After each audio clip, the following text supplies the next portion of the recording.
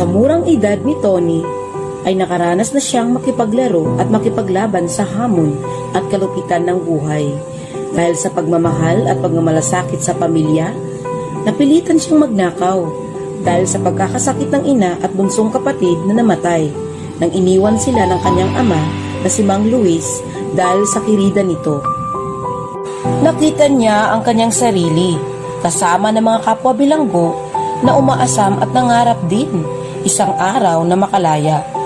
Sa kabila ng pagkapiit niya sa pambansang bilangguan sa Muntinlupa, nakilala niya ang butihing padre na siyang nagturo sa kanya ng mga aral ng Diyos at ang itinuturing niyang ama-amahan na si Mang Hernan na may malaking puso at malalim na pagmamahal sa kanya. Itinuring siyang isang tunay na anak.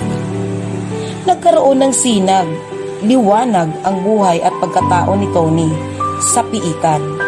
Sa piling nila Mang Hernan, Mang Doming, Bok, Padre Abena at Miss Reyes na isang nurse. Si Mang Doming na pinatay ang kanyang matalik na kaibigan dahil sa naging kalaguyo ang kanyang asawa.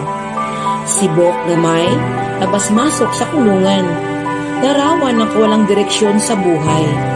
At si Mang Hernan na isang propesor at manunulat na nakulong dahil sinunog ang ilang mga aklat at akda na immoral at mali-mali ang inulat. Dahil sa prinsipyo, hindi siya nagbayad ng multa kapalit ng kanyang paglaya sana. Nagkaroon si Tony ng isang inspirasyon sa katauhan ni Miss Reyes na nagpatibok ng kanyang puso at pangarap na mapangasawa kapag nakalaya na siya. Isang araw ay hindi inaasahang ang pagdalaw ni Mang Luis na ama ni Tony ay makapagbago sa buhay niya.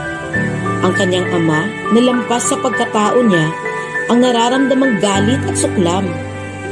Pilit na nagpaliwanag ang kanyang ama sa kanya, humihingi ng tawad at nangako na ilalakad niya sa senador upang mabigyan ng parol.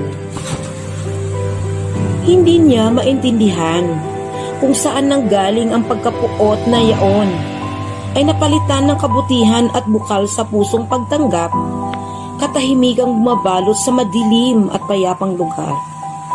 Tama, sa kabila ng karimlan, kadiliman at problema sa buhay na akala natin katapusan na ng buhay, mayroon tayong sikat at sinag na masusulyapan at masisilayan tulad ng buhay ni Tony at Luis.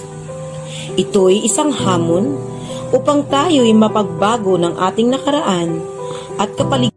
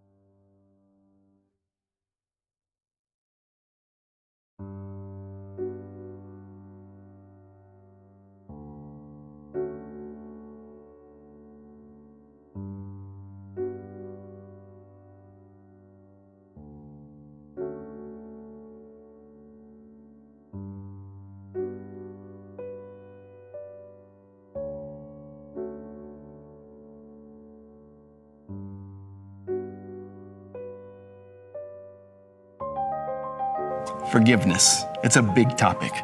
There's all the stuff that we've done in our own lives, all of the bad decisions that we've made and the things that we regret that we need forgiveness for.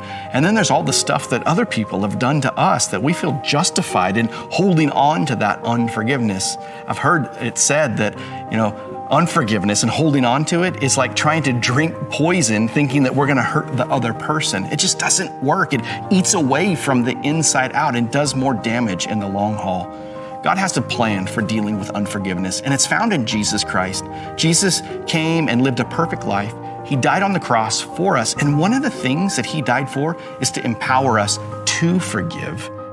And then while he was there on that cross, not even having done anything to be there, he says, "Father, forgive them, for they know not what they're doing." He has the power to be able to set you free and to forgive you as well. If you click on the button on this page, I'd love to be able to see you get into contact with somebody who could actually walk you through the next steps of either dealing with the unforgiveness that you're harboring and letting go so that you can find freedom for yourself, or being able to find freedom for the forgiveness that you need. There's somebody on the other end that can help you navigate those next steps. Click on that button and find freedom in forgiveness.